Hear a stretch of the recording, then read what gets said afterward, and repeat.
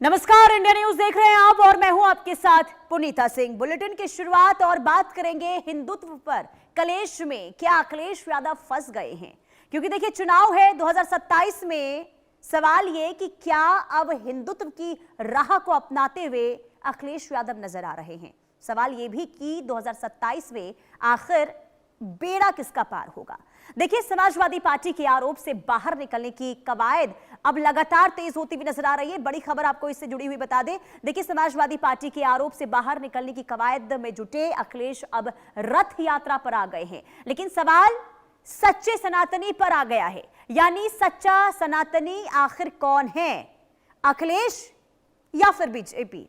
क्या अखिलेश यादव राम भक्त होने की ओवर एक्टिंग कर रहे हैं या उन्हें यह लगता है कि वोट इसी अंदाज पर मिलेगा? राम मंदिर चढ़ावा चोरी का मुद्दा उठाकर अखिलेश सरकार पर वार कर रहे हैं, तो सत्ता पक्ष सपा पर खासकर मुलायम सिंह और राम गोपाल यादव के बयानों का पन्ना पलट रहा है।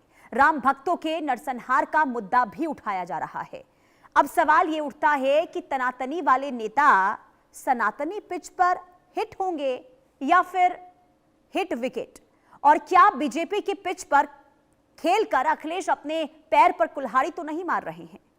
हालांकि सितंबर के पहले हफ्ते में अखिलेश समाजवादी पार्टी पीडीए रथ यात्रा निकालने वाले हैं। राजनीतिक गलियारों में चर्चा है कि विधानसभा चुनाव से पहले शुरू होने वाले इस रथ यात्रा की शुरुआत किसी बड़े हिंदू धार्मिक स्थल से हो सकती है।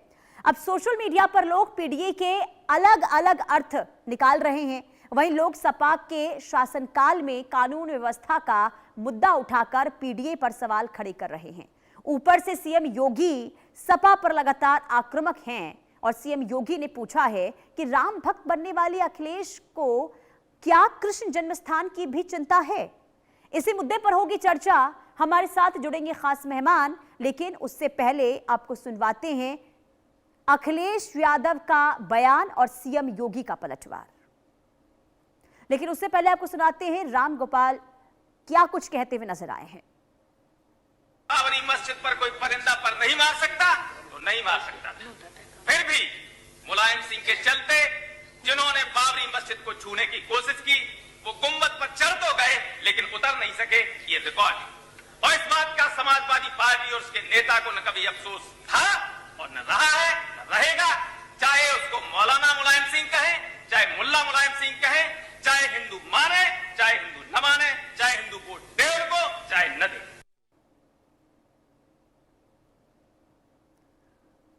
तो राम गोपाल यादव के पुराने बयान को आप सुन रहे थे, जिसे लेकर वो कहते हुए नजर आए कि कोई फर्क नहीं पड़ता कि चाहे मुलायम सिंह को मौलाना मुलायम सिंह कहा जाए, यानी कि बाबरी मस्जिद को लेकर जो उनका ये बयान दिया गया वो अब चर्चाओं में आ गया है। इसके पीछे की बड़ी वजह यह है कि पहले अखिलेश यादव जहां YMY समीकरण की बात करते थे, लेकिन अचानक से अब उनका जो रुख है वो बदलता हुआ नजर आ रहा है। यानी कि सॉफ्ट हिंदू के पिच पर अब उतरते हुए दिखाई दे रहे हैं अखिलेश यादव, समाजवादी पार्टी। और सबसे बड़ी बात यह कि रथ यात्रा निकालने जा रहे हैं और राज्य के सबसे बड़े धार्मिक स्थल से रथ यात्रा की शुरुआत होगी। सवाल कई हैं कि आखिर ऐसा क्या हो गया? क्या चुनाव की वजह से क्या अखिलेश यादव ये समझ गए हैं कि अगर हिंदू नाराज हुए, अगर सनातनी नाराज हुए तो कहीं सत्ता उनके हाथ से निकल ना जाए, जिस वजह से अब सॉफ्ट हिंदू की राह को अपनाते हुए अखिलेश यादव नजर आ रहे? क्या इसके पीछे की वजह, ये जरा समझ लेते हैं। हमारे साथ मेहमान जुड़ चुके हैं। निखिल खत्री प्रवक्ता हैं समाजवादी पार्टी के और आलोक वत्स नेता हैं बीजेपी के। बहुत स्वागत है आप दोनों का इंडिया न्यूज पर। चर्चा की शुरुआत में आपके साथ ही करूंगी निखिल जी। आखिर ऐसा क्या हो गया कि अचानक से समाजवादी पार्टी का रुख बदलता हुआ नजर आ रहा है? आखिर बीजेपी के पिच पर क्या आप समाजवादी पार्टी जो है वो उतरती हुई नजर आ रही है? क्योंकि इससे पहले तो कभी ये सुना नहीं गया रथ यात्रा, धार्मिक स्थलों का रुख, या फिर अखिलेश यादव मंदिरों का रुख करते हुए नजर आ रहे हैं। आखिर ये जो बैटिंग हिंदुत्व के पिच पर समाजवादी पार्टी या फिर अखिलेश यादव करते हुए नजर आ रहे हैं, क्या है इसके पीछे की वजह? पुनीता जी, सबसे पहले आपने एक बात बोली है कि बैटिंग हिंदुत्व के पिच पर कराई जा रही है, तो ऐसी बात कुछ नहीं है। भारतीय जनता पार्टी तो अपने नैरेटिव में भी विचल चुकी है। अगर आप अयोध्या की बात करें तो अयोध्या में सिर्फ सिर्फ और सिर्फ श्री राम ने समाजवादी पार्टी को अपना आशीर्वाद दिया था, इस बार अयोध्या में हम जीते, तो इसके साथ साथ हिंदुत्व की कोई बात नहीं करना चाहिए था। क्यों? क्योंकि ये कोई मुद्दा नहीं है, क्योंकि हम सब एक है, और अगर हम सनातनी है तो हमें कोई नहीं बदल सकता है। पर भारतीय जनता पार्टी के लोग सिर्फ और सिर्फ धर्म को बीच में लेकर आते हैं। ये वही लोग हैं जो धर्म के नाम पर जनता को लड़वाते हैं और धर्म के नाम पर हमारा बंटवारा करते हैं। पर अगर आप इस समय की बात करें जहां पर हम इतने विकसित हो चुके हैं, जहां पर हमारा समाज इतना विकसित हो चुका है, तो कहीं ना कहीं अगर आप देखेंगे तो भारतीय जनता पार्टी का ग्राफ पूरे देश में गिर रहा है। और अगर आप उत्तर प्रदेश की बात करें तो भारतीय जनता पार्टी को जनता ने नंबर 2 पर लाकर कर दिया है। जहां पर 37 सीटें समाजवादी पार्टी को दी, वहां पर 33 सीटें भारतीय जनता पार्टी को दी। और एक जनादेश का देश था कि जहां पर भारतीय जनता पार्टी आज तक अपने जुमलों को छोड़कर कोई कार्य नहीं बता पाती है। लगभग 9 साल ही इनको हो गए सत्ता में। एक छोटी सी बात है, आज सोनम वांगचुक जी को कितनी जबरदस्ती धरने से हटाया गया। उनकी क्या मांग थी? सिर्फ मात्र नीट के छात्रों के लिए। पर अगर निखिल खत्री जी, मेरा सवाल ये है कि क्या समाजवादी पार्टी MOI समीकरण को क्या भूल गई है? क्योंकि इस बार तो एक बार भी जिक्र होता हुआ नजर नहीं आ रहा है MOI समीकरण का। नहीं, ये MOI समीकरण तो आप बीजेपी से पूछो।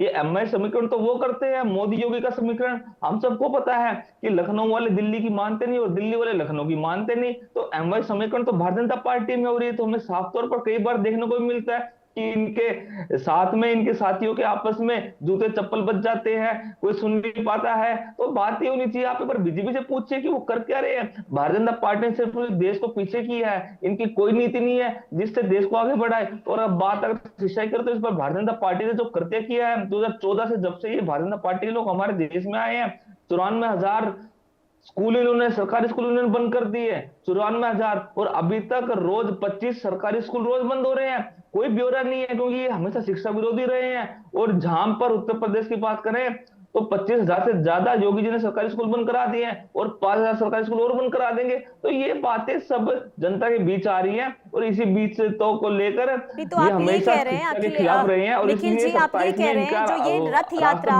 जो ये रथ यात्रा निकलने वाली है समाजवादी पार्टी की, इसका मकसद क्या होगा? एक छोटा सा जवाब चाहूंगी, इसका मकसद आखिर क्या है? जो रथ यात्रा निकाली जा रही है धार्मिक स्थलों तक पहुंचने को लेकर, जो यहाँ पर पूरी प्लानिंग बनाई गई है, मकसद क्या है इसका?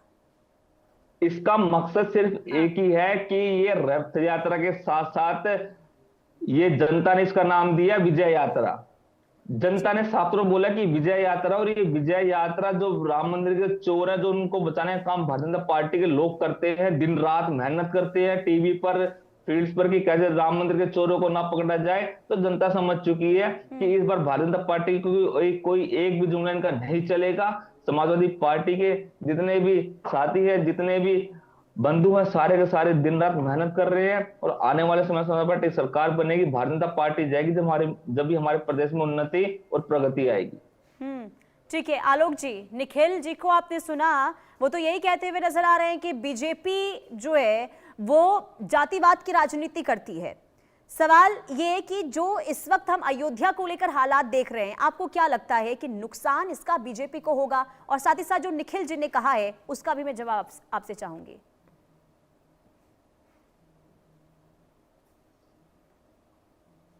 आपकी आवाज नहीं आ रही आलोक जी। आवाज नहीं है? जी जी बोलिए। पुनीता जी, ये जग प्रसिद्ध बात है कि MOI समीकरण बिहार में लालू यादव ने बनाया और उत्तर प्रदेश में मुलायम सिंह ने बनाया। जालीदार टोपी पहन के सदियों से हम बिरयानी खाने की परंपरा देख रहे हैं, लेकिन कभी खीर पूरी की भोज नहीं किया इन्होंने।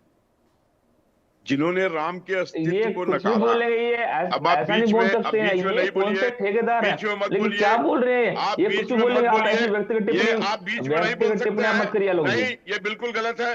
मैं नहीं बोलूंगा, व्यक्तिगत टिप्पणी मत करिए। ये बिल्कुल गलत है, आप बीच में नहीं बोल सकते। आप डिबेट की गरिमा को खराब नहीं कर सकते हैं। तो व्यक्तिगत टिप्पणी मत करिए। बोल रहे थे तो मैं सुन रहा था। नहीं, आप बिल्कुल नहीं बोल सकते हैं बीच में। देखिए, जिन्होंने राम के अस्तित्व को नकार दिया था, जिन्होंने राम भक्तों पर गोली चलवाई थी, आज वो किस मुंह से बात कर रहे हैं? रही चोरी की बात, मैं मानता हूं कि राम मंदिर में चोरी हुई, लेकिन उसके लिए हम हाथ पर हाथ धर के नहीं बैठे रहे।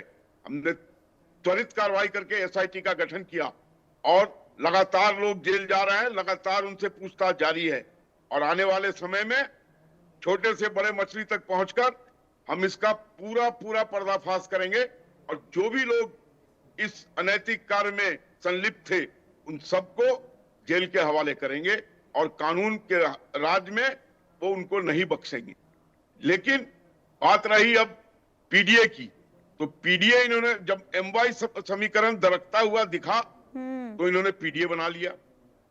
पीडीए में अभी कुछ दिनों पहले लखनऊ में मायावती जी की एक विशाल रैली हुई थी, सारे दलित वहां थे उनके साथ, तो पीडीए से इनका डी खिसक गया, अब ये पीए पर रह गए।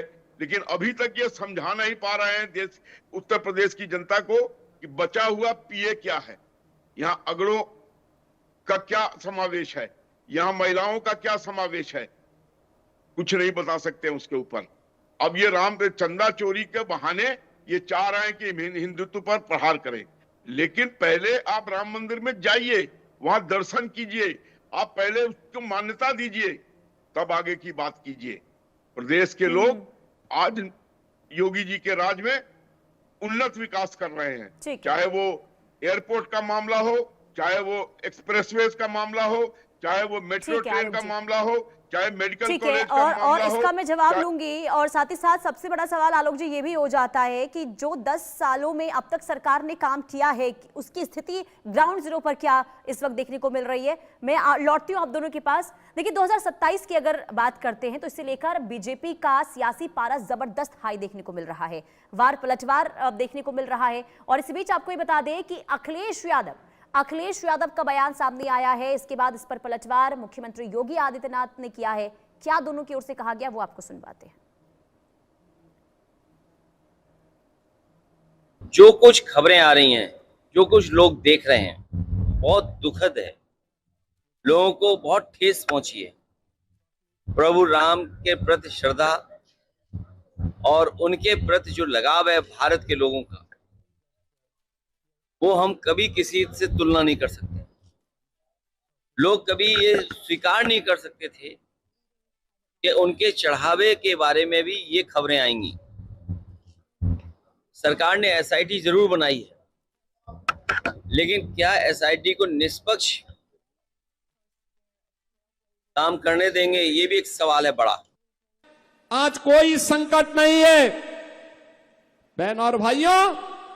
एक समय था जो लोग आज आस्था की वकालत करते हुए दिख रहे हैं, ये लोग 2017 के पहले जय श्री राम बोलने पर लाठी मारते थे, गोली चला लेते थे, गोली चलाते थे, कावड़ यात्रा को प्रतिबंधित करते थे, श्री कृष्ण जन्माष्टमी के आयोजन को रोकते थे, रामनवमी की शोभा यात्रा नहीं निकलने देते थे, धार्मिक स्थलों की संपत्ति पर कब्जा करते थे।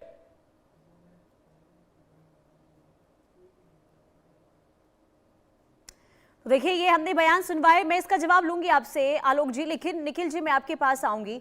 देखिए अभी अयोध्या मामले को लेकर अब जो जांच चल रही है उससे भी समाजवादी पार्टी संतुष्ट नहीं है, लेकिन मेरा सवाल ये होगा, क्योंकि देखिए इससे पहले हमने जो बयान सुनवाए थे रामगोपाल यादव के, उसे लेकर मेरा एक छोटा सा सवाल। और क्योंकि देखिए 1990 का वो बयान आपको याद होगा, मुलायम सिंह का नहीं होगा, नेताजी का बयान, तो मैं आपको याद दिला दूं, अयोध्या के संदर्भ में बयान दिया गया था। कार सेवा करने के लिए जो लोग पहुंच रहे थे उनके संदर्भ में बयान दिया गया था कि वहां पर परिंदा भी पर नहीं मार पाएगा, ये बयान था।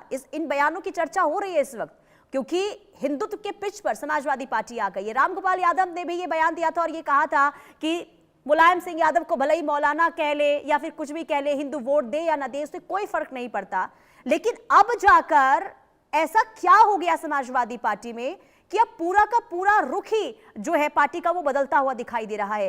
क्या आखिर क्यों ये, क्योंकि देखिए ये तो पूरा का पूरा जो नैरेटिव था ये तो बीजेपी का था ना, अब बीजेपी की राह पर क्यों चल रहे हैं?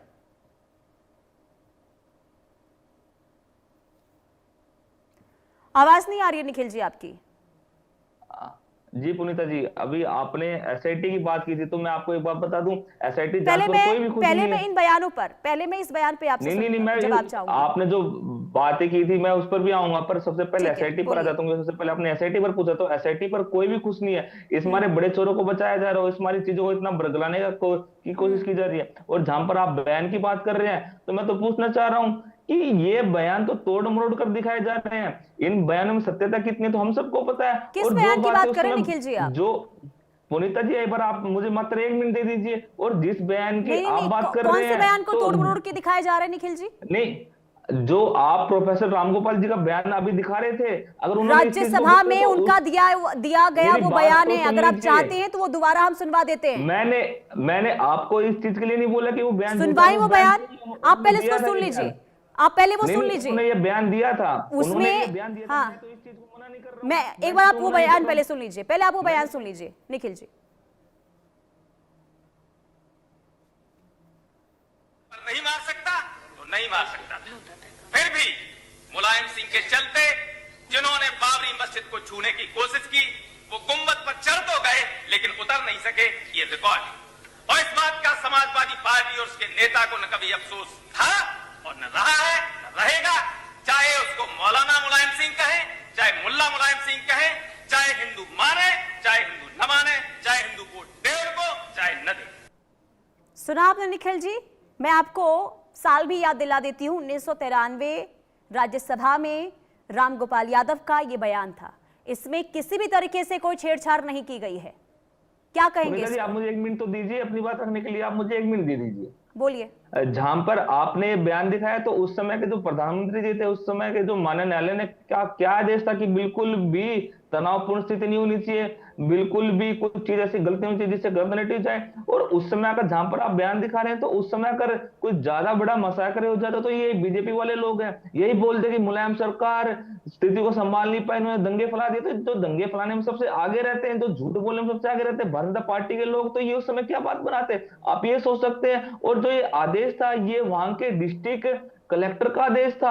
और इसके साथ साथ जिन्होंने आदेश दिया था नृपेंद्र मिश्रा जी ने, आज तक क्या बीजेपी वाले लोग क्या उनसे कुछ पूछ पाए हैं, जिन्होंने खुद का आदेश दिया था। और अगर आपने इतने ही, अगर मुलायम सिंह से इतने गलत करते गए, तो उनको सरकार ने फिर पद्म विभूषण क्यों दिया? मैं तो पूछना चाह रहा हूं, आप उनको जेल में डाल देते अगर आपकी मंशा थी। तो पद्म विभूषण सरकार ने उनको दिया तो इस मारे दिया कि कहीं ना कहीं वो एक ऐसे व्यक्ति थे जिन्होंने हमेशा जनता का साथ दिया। और अगर राम मंदिर की बात करते हैं, तो भारतीय जनता पार्टी समझ जाए, अब जनता इनकी बातों में नहीं आएगी और जनता हमेशा विकास की बात करेगी। और इसी मारे अयोध्या में जनता ने इनको राया, उत्तर प्रदेश में जनता ने इनको राया। और जो बयानों की बात आप करते हैं, ये बयान उस समय के थे, और उस समय जो स्थिति थी वो हम समझ पा रहे हैं। अगर उस समय का अगर कोई डिस्ट्रिक्ट जज अगर ऐसा कोई एक्शन ना ले पाता, तो स्थिति किसके द्वारा, किनके द्वारा बनवाई गई थी? ये जो गोली चलाने का आप बता रहे हैं ऑर्डर, ये ऑर्डर हिंदू का वोट मिले ना मिले हमें कोई फर्क नहीं पड़ता, ये बयान है उनका। वो जिला प्रशासन का ऑर्डर था।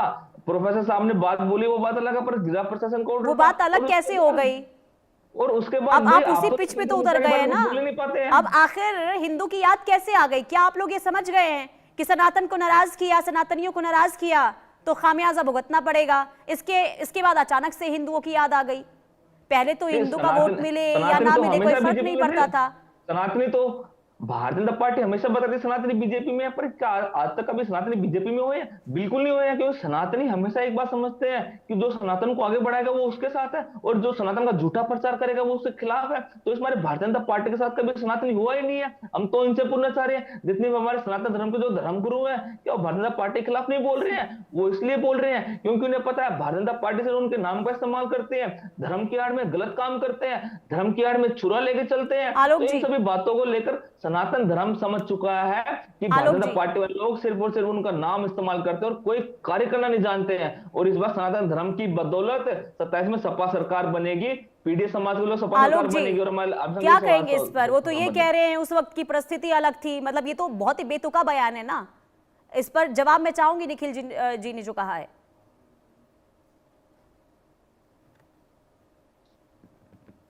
आपकी आवाज नहीं आ रही, एक बार आपने आपकी आवाज नहीं पहुंच रही है। ये राम गोपाल जी के बयान को टाल गए, उस पर ये कुछ नहीं स्पष्ट बोल पाए और कह रहे हमने कुछ नहीं किया। तो राम मंदिर का निर्माण किसने करवाया, जो आज विश्व का सबसे बड़ा धरोहर है? राम ने करवाया क्या? वो बीजेपी ने करवाया? मैं तो पूछना चाह रहा हूं, हम लोगों ने बोल दो बस। है ना बोल दो, क्या बीजेपी ने फिर बीच करवाया में वो? बोलते हैं। आप इनको रोकिए पुनीता जी, इनको आलोक जी, ये आपने मुझसे बीमारी पूछा लगी है। हुई है। नहीं, आप बीच में खाली नहीं बोल बता दो, सकते क्या हैं। बीजेपी ने बनवाया था राम मंदिर? आप है ना, मैंने बता दो। कहा ना, वो हमारे ही समय में हमारे परिश्रम से, हमारे लोगों चलिए के ठीक है, अपील माफी से के साथ आप न्यायालय दोनों को का रोकना क्या? चाहूंगी। फिलहाल समय इतने की इजाजत देता है। बहुत शुक्रिया इंडिया न्यूज